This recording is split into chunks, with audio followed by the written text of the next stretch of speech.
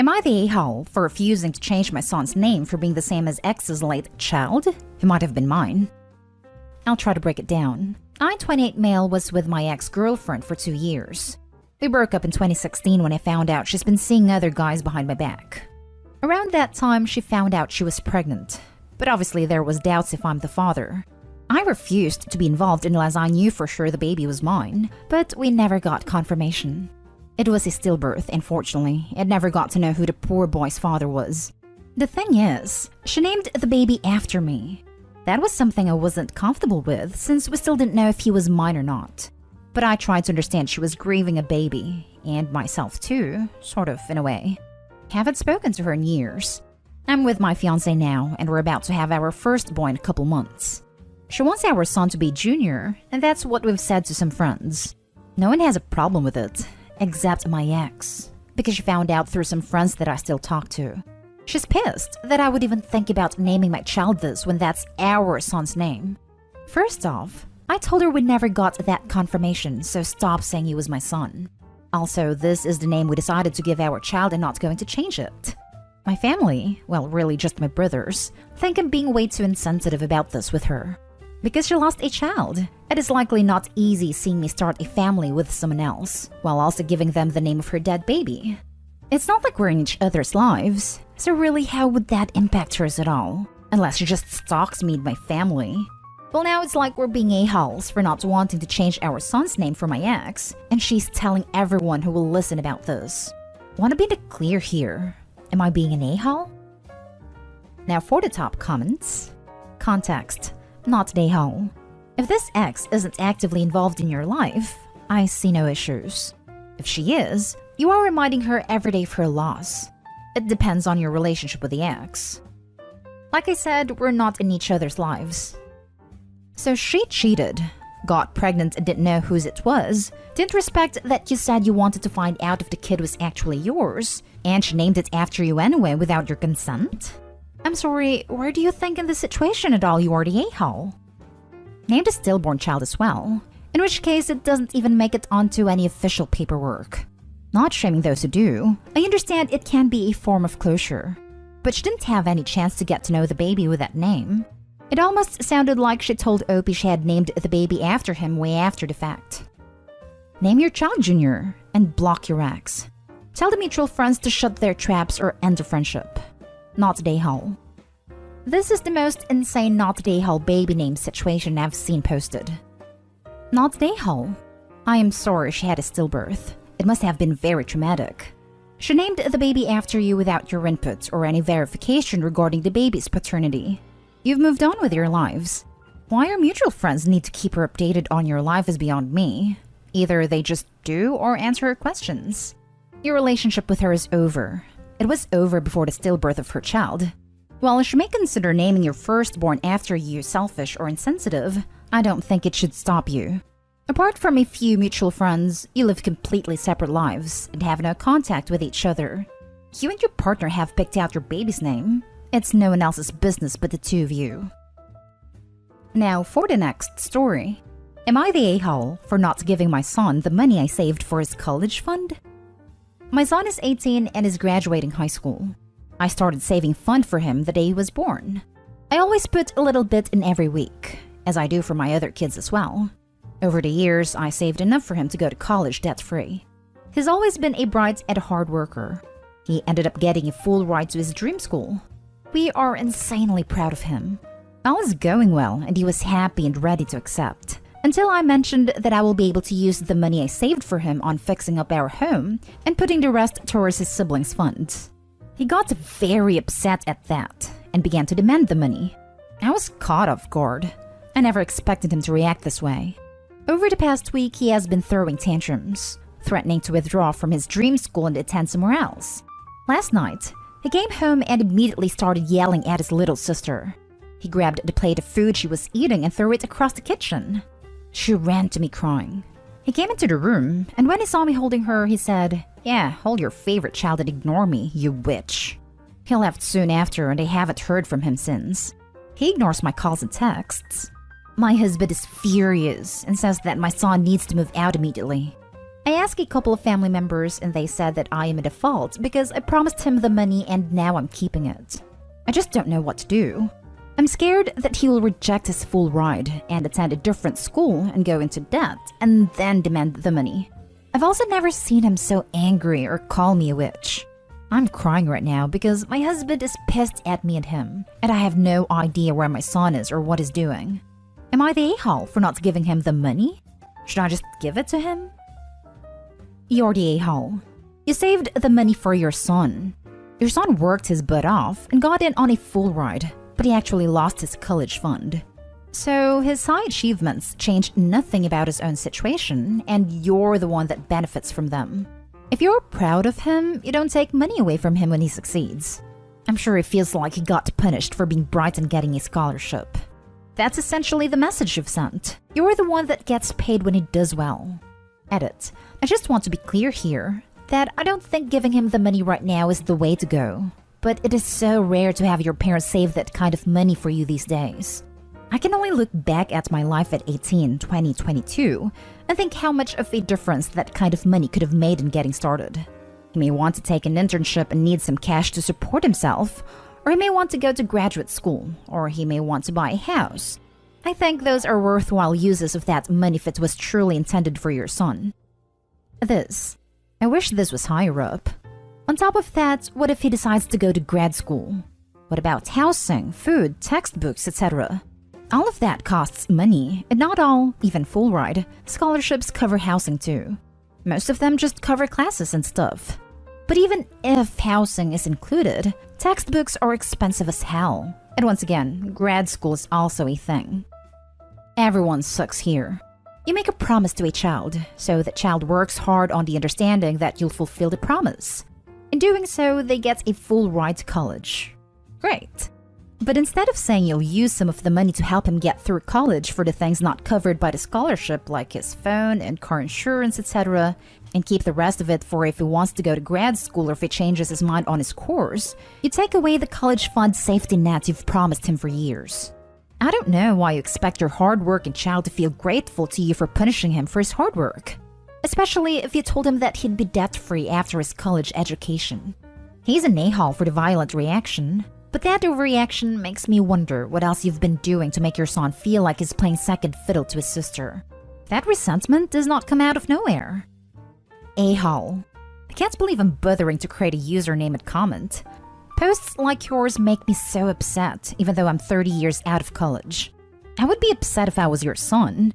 He worked hard and you want to use the money that was meant for his future on your house and other siblings? It could absolutely go towards his grad school. It probably pushed your son a bit to work hard to make you proud. Your comment, even though this may not be what you meant, is pushing him out the door and saying that he is on his own. That is how I would feel. He's young and at a pivotal, emotional time in his life. You kind of suck. And by the way, I'd ignore the throwing around of the word entitled in other posts. A bit overused. Do these people even have kids? If you are truly proud of your kid and not a jerk, don't gaslight him after years of promising that money was put aside for him. Next story is titled, Am I the a-hole for kicking my pregnant sister-in-law out of my car for throwing my coffee out the window? I, male 29, am not a morning person. Like at all. That's why I work night shifts and sleep in the morning. Days ago, I got back from my shift and slept for an hour, then my fiancé woke me up asking me to drive her pregnant sister to the doctor's appointment at 10 a.m. I was tired and was supposed to be sleeping, but decided to do it. I drove over to sister-in-law's place and she sat in the passenger seat and started complaining about bad smell in my car. She said a pine tree air freshener in the rear view mirror had to go, so I removed it. She then said the pack of smokes was bothering her, but I wasn't smoking. I smiled and put the closed cigarette pack inside a glove compartment. A few seconds later, we were stopping at a traffic light when sister-in-law started itching her nose. I looked at her and asked what's wrong. She pointed at my coffee, looked disgusted, and said the smell was making her nauseous, and told me to throw it out.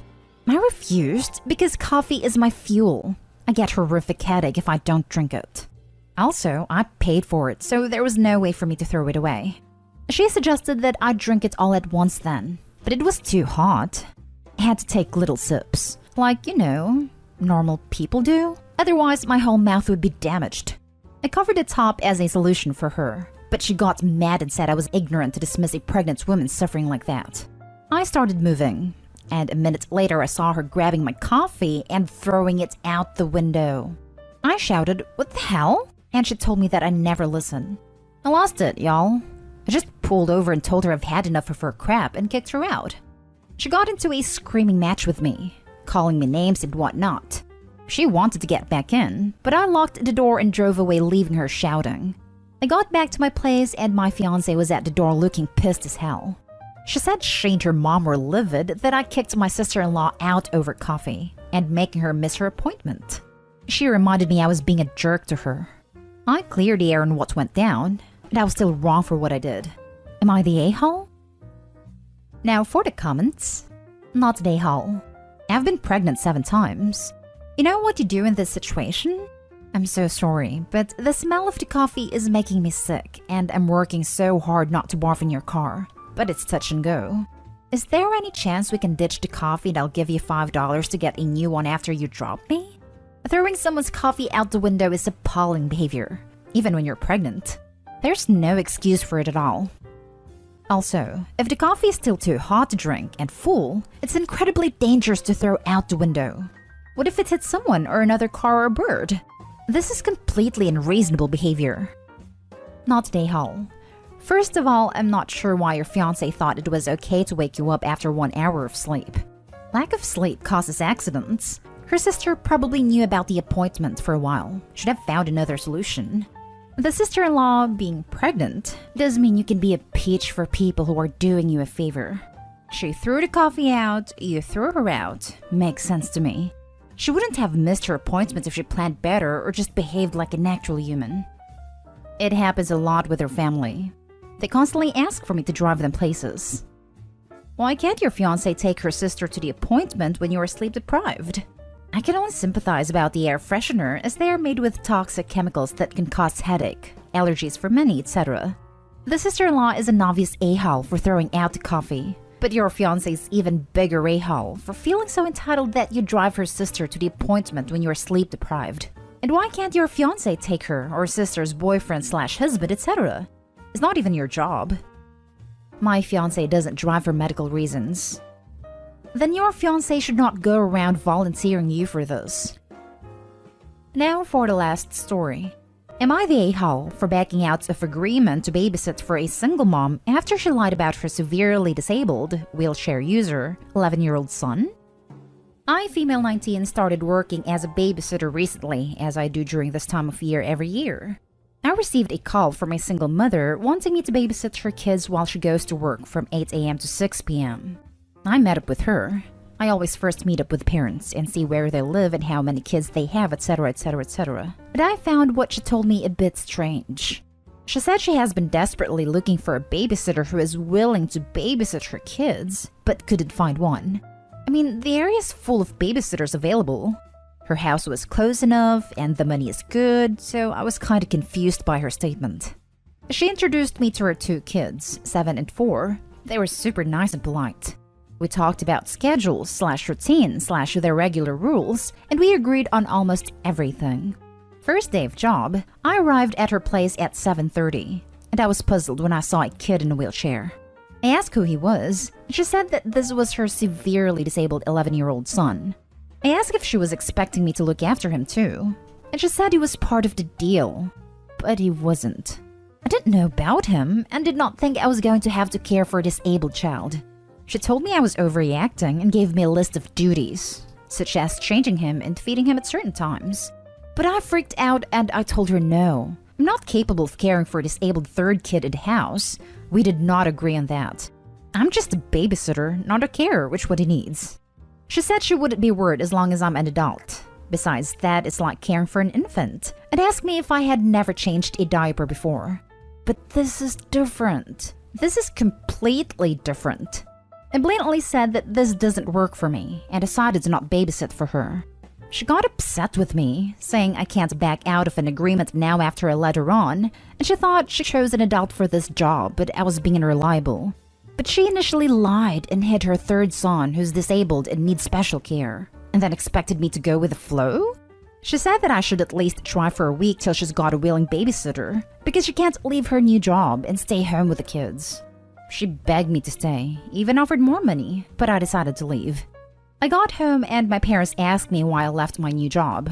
I told them what happened, and my mom looked dumbfounded, saying I put that lady in a rough place by basically bailing on her when she was counting on me. What? Lol, no. Why would she think that?